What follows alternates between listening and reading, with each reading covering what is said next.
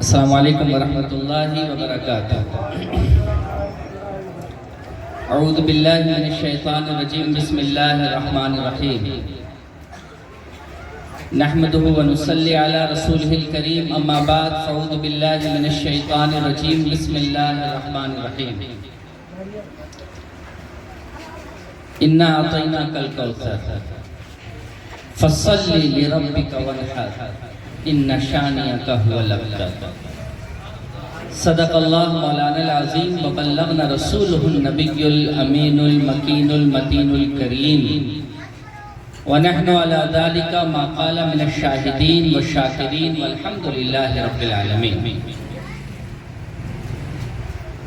تمام تعریفیں اور بزرگی صرف اللہ کے لیے ہے، کیونکہ وہی تمام عالمین کا پالنہار ہے۔ بے شمار لا تعداد درود و سلام حضرت محمد صلی اللہ علیہ وسلم کی ذات کریمانہ پر، جنہیں اللہ رب العزت نے تمام جہان والوں کے لیے رحمت اور ہادی بنا کر بھیجا۔ ڈھیر و سلام جملہ انبیاء کرام پر، حضور کی جملہ ازواج پر، حضور کی جملہ اولاد پر، حضور کے جملہ اصحاب پر اور تمام نیک صالحین بندوں پر۔ حضرات گرامی،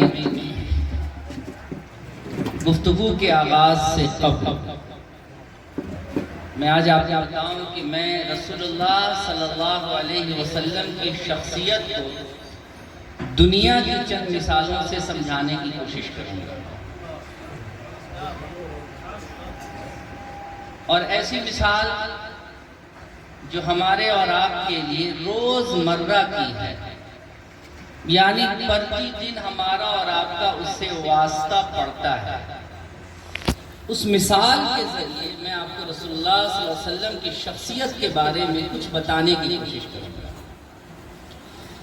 آئیے اس سے پہلے کہ میں کچھ کہوں اور آپ سنیے، ساری کائنات کے تاجدار کی بارگاہ میں نہایت ادب کے ساتھ ایک مرتبہ درود پاک کا نذرانہ پیش کر دیجئے۔ اللہم صلی علی سیدنا مولانا ملجانا ماوانا محمد بارک وسلم، صلاۃ و سلام علیک یا رسول اللہ، صلاۃ و سلام علیک یا حبیب اللہ، صلی اللہ تعالی علیہ وآلہ وسلم۔ اللہ تعالیٰ نے قرآن مجید میں رسول اللہ صلی اللہ علیہ وسلم کے بارے میں فرمایا کہ اے رسول، میں نے آپ کو ہر چیز میں کثرت دی ہے، یعنی آپ کے مقابلے میں کوئی چیز ہے ہی نہیں۔ ہم لوگ ایک عام فہم لفظ میں کہتے ہیں سوپر ڈوپر سے بھی اوپر، بولتے ہیں نا عام فہم لفظ، سوپر ڈوپر سے بھی اوپر۔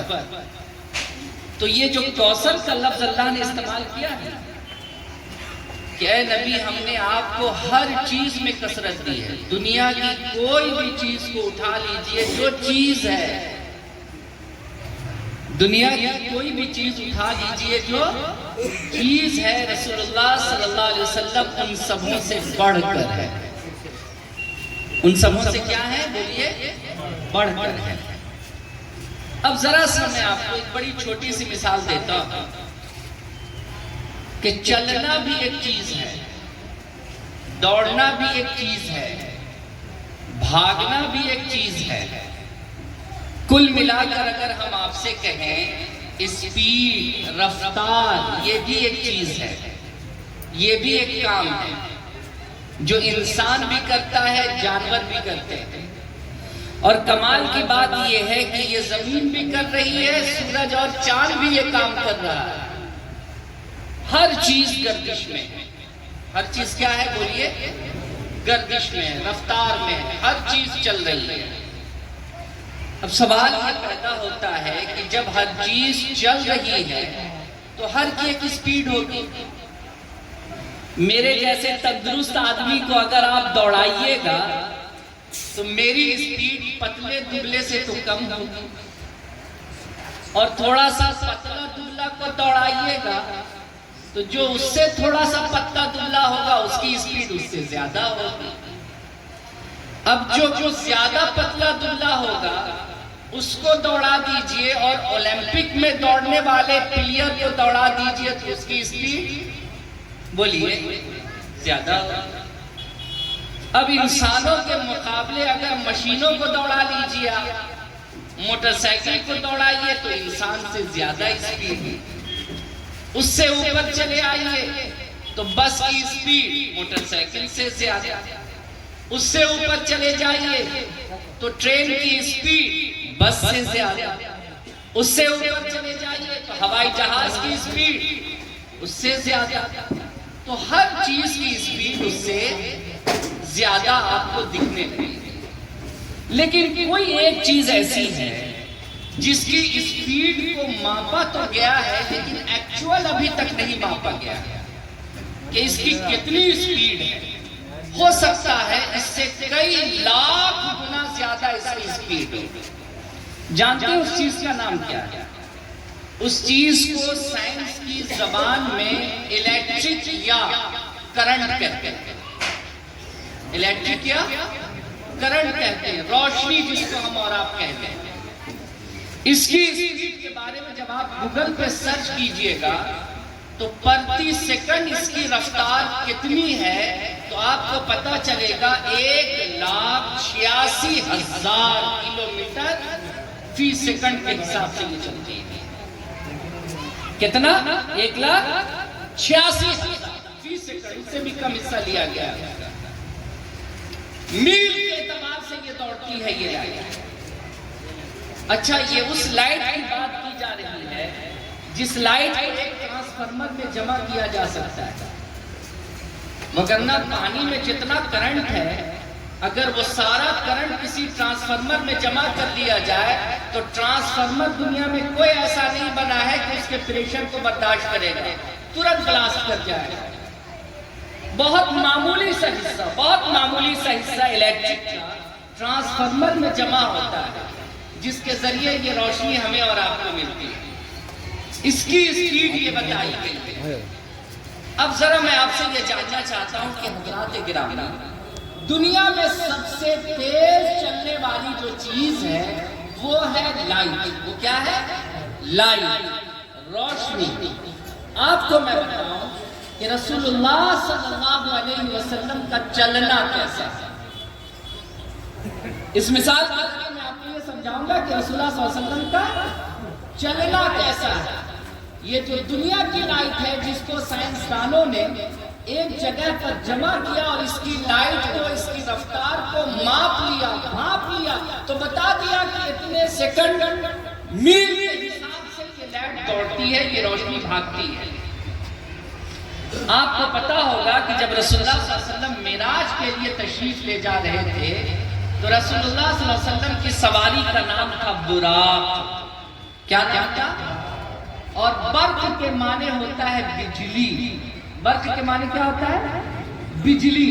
اور بجلی کی رفتار آپ کو سمجھ میں آنی چاہیے۔ جیسے ہی آپ نے دیکھا کہ بھک سے جلی اور کب سر پر گری، کہ پیڑ پر گری، کہ کسی کے گھر پر گری، پتہ چلتا ہے کسی کو سنبھلنے اور بھاگنے کا موقع ملتا ہے، اسے کہتے ہیں برق۔ رسول اللہ صلی اللہ علیہ وسلم کی جو سواری آئی اس کا نام تھا کیا؟ بولیے، براق۔ یعنی وہ بھی الیکٹرک سے چلنے والی شے تھی، وہ بھی الیکٹرک سے چلنے والی شے تھی۔ میرا آپ کو یہ بتانا مقصود ہے کہ حضرات گرامی جس لائٹ کو سائنسدانوں نے قابو میں پایا اس کی رفتار اتنی بتائی، لیکن اس دنیا میں بہت ساری ایسی لائٹس ہیں جس کو اب تک کسی سائنسدان نے ناپا اور ماپا نہیں ہے، ان کی اوقات نہیں کہ وہ ناپ سکے۔ ان تمام لائٹ سے زیادہ تیز دوڑنے والی سواری کا نام براق ہے۔ سوچئے، مصطفیٰ کی سواری جب اتنی تیز چل سکتی ہے تو میرے مصطفیٰ کتنے تیز چل سکتے ہیں؟ میرے مصطفیٰ کتنے تیز چل سکتے ہیں؟ اور ایک بڑے کمال کی بات ہم نے حدیث پاک میں پڑھی، بڑے کمال کی بات۔ صحابہ کرام کہتے ہیں کہ ہم جب رسول اللہ صلی اللہ علیہ وسلم کے ساتھ چلتے تھے، کیا کہتے ہیں؟ چلتے تھے تو رسول اللہ چلتے تھے، ہم رسول اللہ کے پیچھے دوڑتے تھے۔